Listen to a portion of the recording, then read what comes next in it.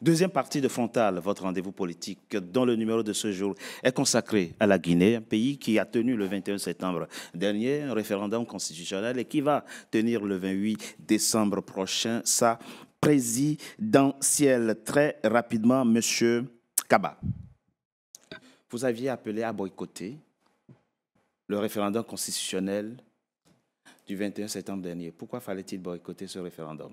Parce que ce référendum, en fait, ressemblait davantage à une prime au putsch qu'à un vrai référendum constitutionnel. C'est quoi un vrai référendum constitutionnel? Un vrai référendum constitutionnel, en tout cas des sorties de transition, c'est lorsque les engagements initiaux qui ont été pris ont été respectés.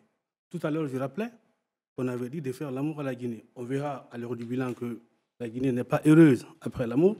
On nous a dit qu'aucun membre de la transition, de laquelle transition, militaire, civile, même les membres du gouvernement, ne feraient pas acte de candidature aux élections. Il vient de rappeler. Oui, je vais y revenir. Vous savez, donc, aucun membre ne ferait acte de candidature à l'issue, enfin, lors des élections qui vont marquer la fin de la transition. Oui.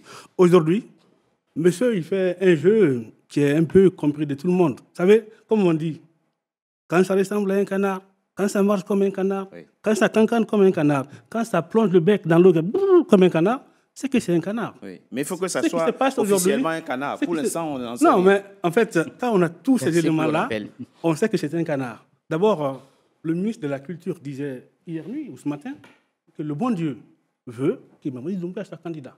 Oui, ça n'engage que lui. Le Premier ministre, chef du gouvernement, n'est pas candidat, mais son parti soutient la candidature du président.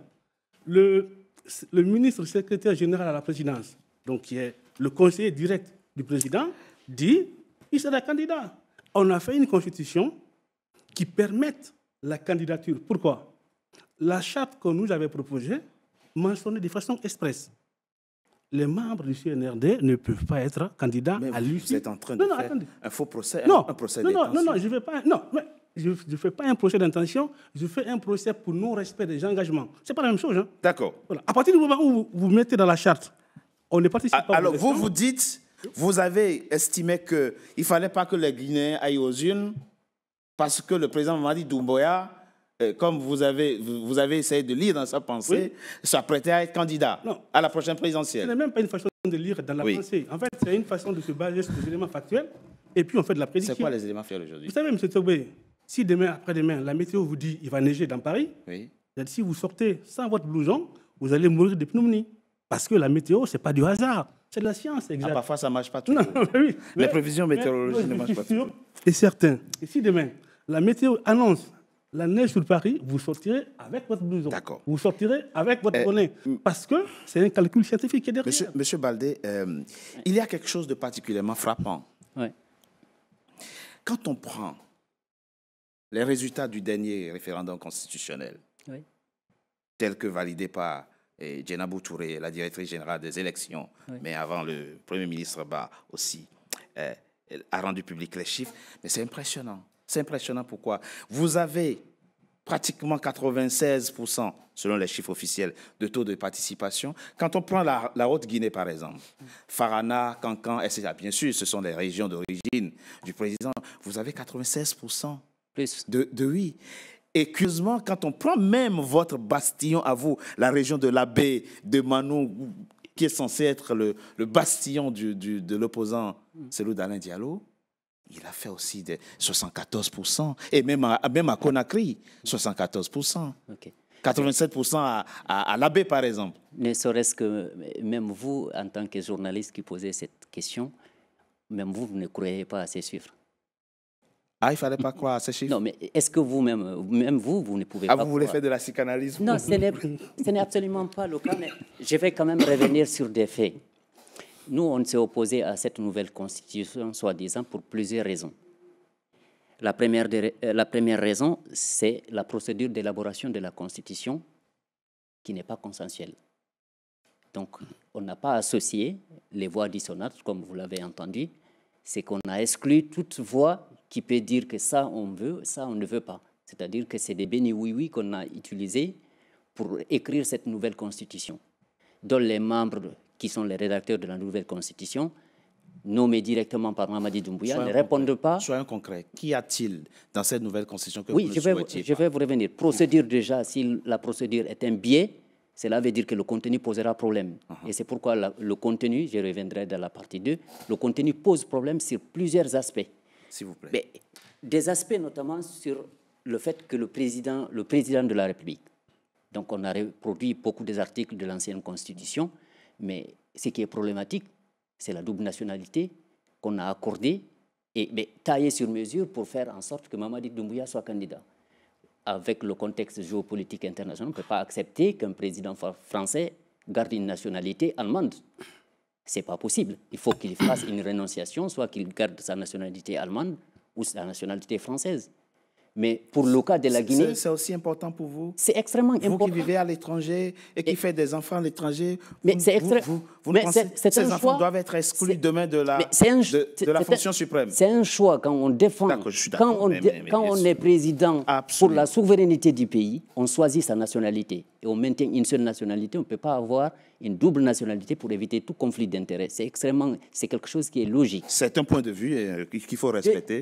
Deuxièmement, on nous avait dit que les Guinéens ne voulaient pas trop de partis politiques, comme on le voit en Afrique, où on a tellement de partis politiques qu'il y ait même autant de population. Malheureusement, on nous avait dit que la Guinée, avec la nouvelle constitution, on allait arriver à 3 partis. C'est ce qu'on nous avait annoncé. Mais aujourd'hui, qu'est-ce qu'on a fait? C'est qu'on n'a pas limité les partis politiques, mais on a introduit encore des candidatures même indépendantes, c'est-à-dire des personnes qui n'ont ni parti politique, qui n'ont ni, en tout cas, organisation politique, peuvent candidater à la présidence de la République. On se retrouve aujourd'hui avec plus de 57 ou près de 67 encore, qui ne sont même pas, la date de clôture, soi-disant, des candidatures n'est pas terminée. Et ça vous pose problème? C'est un problème. Et parce que c'est quelque chose qui, en Afrique, où c'est vraiment problématique.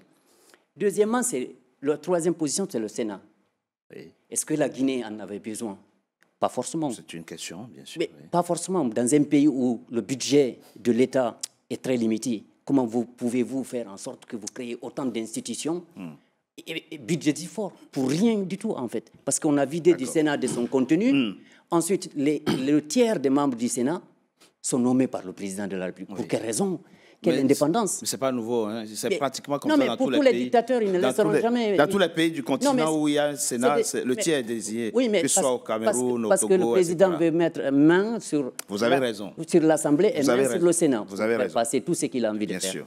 Ça, c'est problématique. Pour nous, ce n'était pas nécessaire. Bien sûr. Maintenant, le contenu, son rôle, ensuite, sa composition, pose vraiment problème. Autre chose, au niveau des crimes économiques, parce qu'aujourd'hui, on lutte contre la corruption. Mais comment est-ce que voulez-vous, dans l'ancienne Constitution de 2010, les crimes économiques sont imprescriptibles. Désormais, on n'a pas reproduit de tels articles. C'est-à-dire qu'aujourd'hui, les crimes économiques, c'est vraiment quelque chose qui a été banalisé au sein de la nouvelle Constitution. Et vous faites quelle interprétation de la suppression de cette disposition? Mais c'est extrêmement grave. Pendant que les gens s'enrichissent sur les biens de l'État, que la lutte contre la corruption ne devient pas quelque chose qui est vraiment une priorité de la gouvernance. Ça, c'est extrêmement très grave. Ensuite... Allez-y rapidement. Un dernier point, on va avancer. L'autre point, c'est par rapport à la reproduction des articles clés de la charte de la transition sur laquelle le président Mamadi Doumbouya a prêté serment. Oui. Je pense que le serment c'est quelque chose de d'honneur. Bien sûr. Et c'est quelque chose qui est répréhensible lorsqu'on le viole. Bien sûr.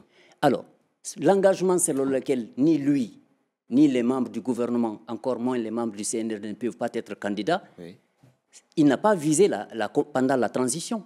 C'est-à-dire cet engagement-là, c'est après la transition. Cet engagement n'a rien à voir pour dire que la transition, parce que maintenant il y a une nouvelle constitution, cet engagement, il est devenu nul, il est devenu caduc. Pourquoi dans la nouvelle constitution, on n'a pas reproduit pour dire que ces articles-là sont reconduits dans la nouvelle constitution? Non. Alors, M. Baldé, disons les choses clairement. La condition, la disposition qui était dans la charte, selon laquelle ni le président du CND, ni les membres du gouvernement ne doivent être candidats, ça concerne que la période de la transition, alors que la nouvelle constitution, ça dispose pour l'avenir. C'est un engagement après transition, parce que cette disposition dit qu'ils ne feront pas partie de l'après-transition. Mais comment voulez-vous qu'ils soient candidats maintenant et qu'ils ne font pas partie de la transition? Donc pour vous, le fait qu'ils aient participé à la transition les disqualifie à vie? Non, les disqualifier pour la prochaine des élections. Ce n'est pas M. Baldé qui le dit, en fait. C'est les dispositions de la Charte de la transition qui le disent. Et au-delà des dispositions de la Charte de la transition qui le mentionnent, il y a des engagements qui ont été pris par le chef de la junte, Mamadi Doumbouya. Il a dit clairement qu'il ne serait pas candidat aux élections. Il ne l'est toujours pas. Oui, cela veut dire que c'est la candidature qui doit ramener à un retour à l'ordre constitutionnel. Au-delà de cela, il a également pris l'engagement que les membres du CNRD et ceux du Conseil national de la transition et du gouvernement ne seront pas candidats aux futures élections présidentielles. Aux futures élections présidentielles. Oui. C'est évidemment à la future élection présidentielle. C'est le retour à l'ordre constitutionnel. C'est évidemment le retour à l'ordre constitutionnel. Je pense que ce n'est vraiment pas une question de constitution qui se pose réellement au niveau du pays.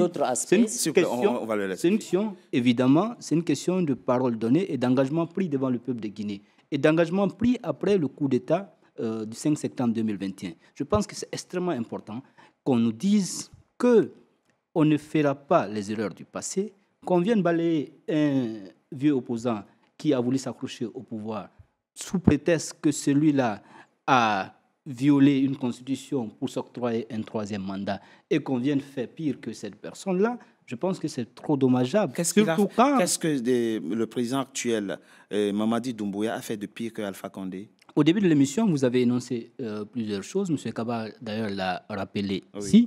Et moi, je suis membre fondateur du FNDC. Nous avons été, évidemment, muselés par Alpha Condé, arrêtés, mis en prison. Mais quand même, on savait où on était. Quand même, on organisait quand même un procès. Il y avait des acquittements, il y avait des condamnations. Et les familles pouvaient aller rendre visite aux personnes qui ont été arrêtées. Mais aujourd'hui, il n'y a pas ça. Ça ne m'étonne pas, surtout que nous avons suivi le cours. Nous savons que c'est les bras armés de M. Alpha Condé qui ont pris le pouvoir aujourd'hui. Ceux qui exécutaient les ordres hier sont ceux-là maintenant qui doivent donner des ordres. C'est eux-mêmes qui agissent. Donc, ils peuvent faire pire qu'Alpha Condé. Je pense qu'on avait toute la chance avec le CNRD de réussir et de faire de la Guinée une locomotive de l'Afrique de l'Ouest. Malheureusement, Mamadi a trahi.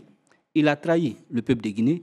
Il a trahi ses compagnons de lutte avec lesquels il a fait le coup d'État. Je veux nommer Alia Kamara, qui était le chef d'opération de ce coup d'État du 5 septembre. Je veux parler du général Nou Thiam, Sadiba Koulibaly, paix à son âme, qui a été tombé en indélicatesse. Et Sadiba Koulibaly qui a été également tué par la junte militaire, et le colonel Célestin Bilivogui. Je pense que ce qui se passe aujourd'hui en Guinée est une grosse trahison à la nation, et Mamadi le paiera très cher. Il le paiera très cher, d'autant plus que ce qu'il vient de faire, il vient de mettre à l'eau tout l'argumentaire qui disait que la Guinée n'avait plus besoin d'une vieille classe politique. Votre propos est clair. Ce qu'il vient de faire, quand vous dites ce qu'il vient de faire, vous faites allusion à quoi? Parce que, encore une fois... Oui, parce qu'on parle de la Constitution qui vient d'imposer. À la nouvelle Constitution. On parle des conditions d'élection qu'il y a eu pendant ce blanchiment de son coup d'État militaire qu'il a blanchi avec cette Constitution du 21 septembre. Oui. Je pense qu'on pouvait attendre tout de la junte militaire, mais on ne pensait pas qu'on pouvait nous ramener autant en arrière. Vous êtes déçu. Très déçu, d'autant plus que, comme le dit M. Kaba, le coup d'État avait suscité assez d'espoir. Au niveau du FNDC, nous avons pris acte de ce coup d'État tout en estimant qu'on allait sortir rapidement de cette transition comme il avait promis. Oui. Malheureusement, ceux qui auraient dû être la solution au problème sont devenus le problème aujourd'hui. À la lumière de la vérité. Et je cite ce célèbre écrivain africain qui le dit. Quel célèbre africain? Je veux parler de Tcharomone Nembo. D'accord. Alors, les mots que vous utilisez sont forts. M. Kaba, il parle de trahison, que le président Mamadi Doumbouya a trahi les Guinéens. Il a trahi sa parole de militaire, sa parole d'honneur. Parole sacrée. Alors, avant de répondre à votre question, j'ai accepté cette invitation justement pour pouvoir clarifier un certain nombre. Bien sûr. On est autour de la table, nous sommes tous des Guinéens. J'ai aucun doute que nous avons tous l'amour du pays. On veut tous le développement du pays. Absolument. On a peut-être des idées divergentes sur la manière, sur les méthodes. Mais pour l'amour du pays, je pense qu'on l'a tous ici. Si on rentre dans l'évocation des faits historiques, on va passer toute la soirée autour de cette table. Parce que si notre pays s'est retrouvé dans cette situation-là, c'est justement à cause aux candidats que vous soutenez, à cause des candidats que vous soutenez. Cellou Dalein Diallo aussi est la cause. Je vais vous expliquer. Vous avez peut-être un trou de mémoire. Cellou Dalein Diallo a fait au moins plus de 10 ans de gestion du pays. Parce que les faits sont liés. Cellou Dalein Diallo. C'est vrai, pas en tant que président. Pas en tant que président. Il a été Premier ministre, il a été ministre de l'économie, effectivement. Plusieurs fois ministre, plusieurs fois Premier ministre, à des postes stratégiques. C'est vrai. À des postes importants. Donc, si vous évoquez la situation économique chaotique du pays aujourd'hui, mais volontiers parler du bilan de Cellou. Donc, c'est Cellou non, qui j'en gouverne viens. actuellement. Justement, j'ai évoqué ce point-là pour dire que moi, je ne me lancerai pas dans l'évocation des faits. Moi, je vais plutôt positiver le débat pour aller de l'avant. Alors, parlez de la bonne gouvernance du CNRD, comme ça on verra la différence. C'est quelque chose de plus global. Le CNRD n'est là que pendant 4 ans. Et avant les 4 ans, vous les mettez où? Comment? Vous les mettez où? Il n'était pas là. Je rappelle que 4 ans, c'est un mandat déjà présidentiel aux États-Unis. Excusez, laissez-moi continuer, s'il vous plaît. Allez-y. Alors, pour revenir à la question de la Constitution, moi, j'estime que la Constitution que les Guinéens ont adoptée cette fois-ci, ce n'est pas une Constitution d'un homme, mais celle d'un peuple qui veut avancer. Vous savez pourquoi? Celle d'un peuple qui veut avancer. Vous savez pourquoi? En tout cas, je suis relativement jeune. Ils disent que les chiffres ne sont pas fiables, les chiffres tels que fournis par... C'est lui qui le dit. Oui. C'est lui qui le dit. Le premier article de la Constitution, de la nouvelle Constitution, est le suivant. La souveraineté appartient au peuple. Donc, le peuple de Guinée... Mais ça a toujours été dans les constitutions. A voté c'est pas une nouveauté. Et adopté la Constitution. Alors, je reviens sur la manière, je voulais que la M. méthode... Kaba comprenne. Je voulais juste... Non, vous aviez parlé assez... Parce qu'il a parlé tellement de Constitution que je voudrais revenir évidemment sur ces chiffres de la Constitution. Laissez M. Kaba finir d'abord. 30 secondes, juste 30 secondes. Sur quel chiffre? Je vais le placer. Sur quel chiffre? Il a dit que la souveraineté appartient au peuple. Oui. La souveraineté qui appartient au peuple devrait être faite dans une élection libre, transparente et inclusive. Ça n'a pas été le cas. Vous avez eu l'opposant Fayami Limono qui a participé à ce référendum. Dans son propre village, là où il est né, il y a eu un 100% d'électeurs. Il y a eu 100% de oui.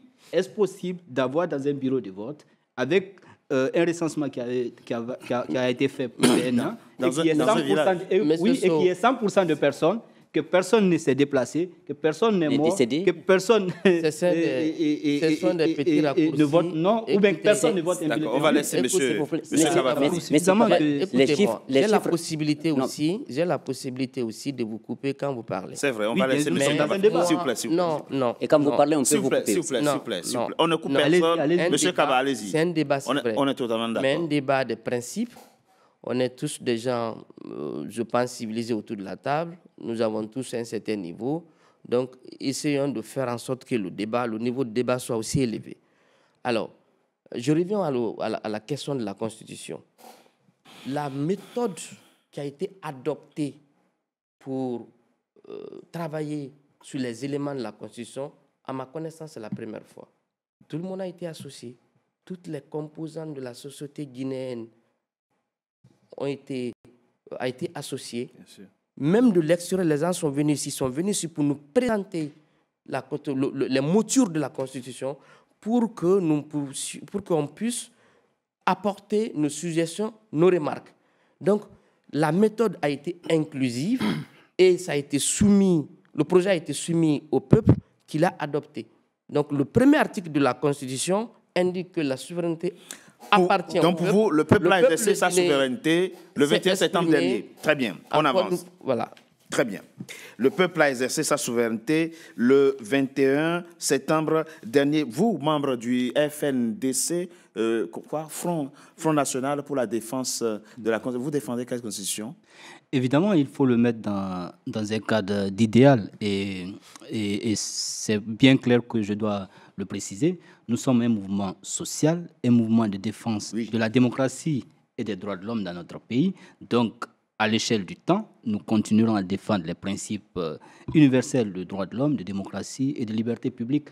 C'est dans ce cadre que le FNDC, Front National pour la Défense de la Constitution, le C, la Constitution du FNDC, là. C'est quelle Constitution? C'est ce que je suis en train d'expliquer. C'est dans ce cadre-là que le FNDC continuera à défendre les valeurs républicaines, les valeurs de démocratie, les valeurs des droits de l'homme. Nous avons lancé ce mouvement en 2019 dans le cadre, face à Alpha Condé, dans le cadre de la défense de la Constitution en 2010, pour empêcher que M. Alpha Condé puisse avoir un troisième mandat.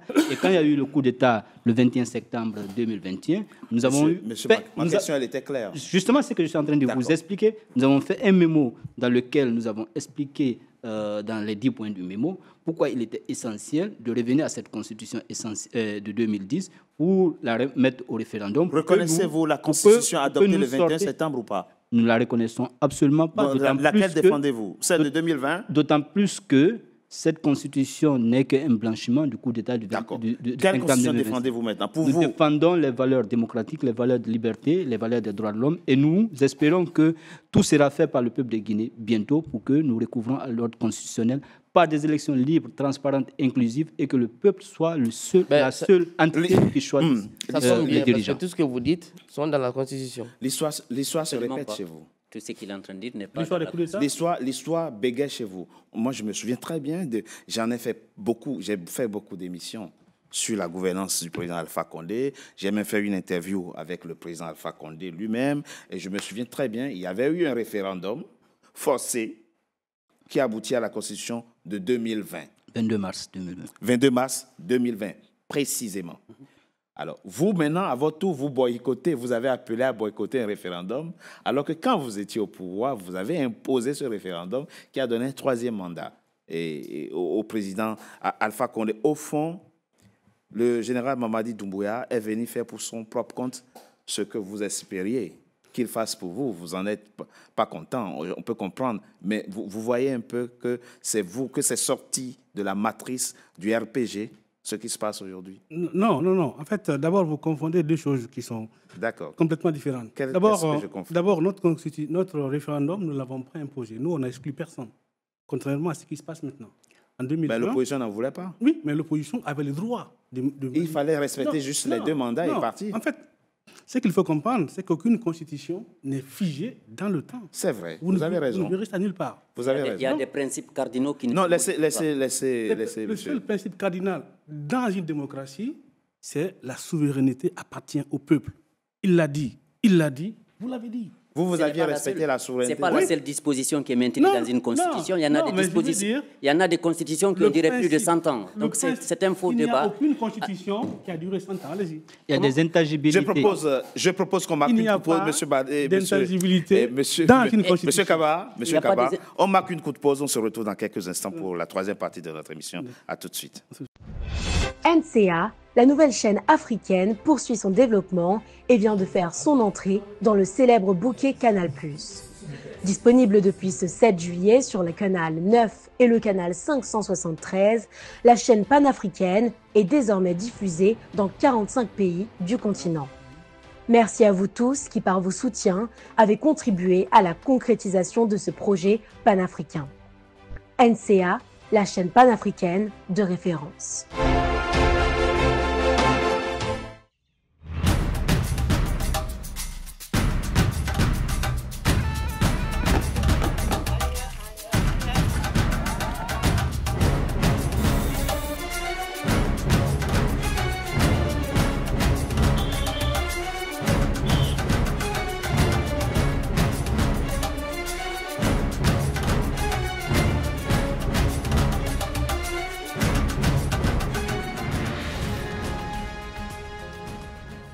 NCA, la nouvelle chaîne africaine.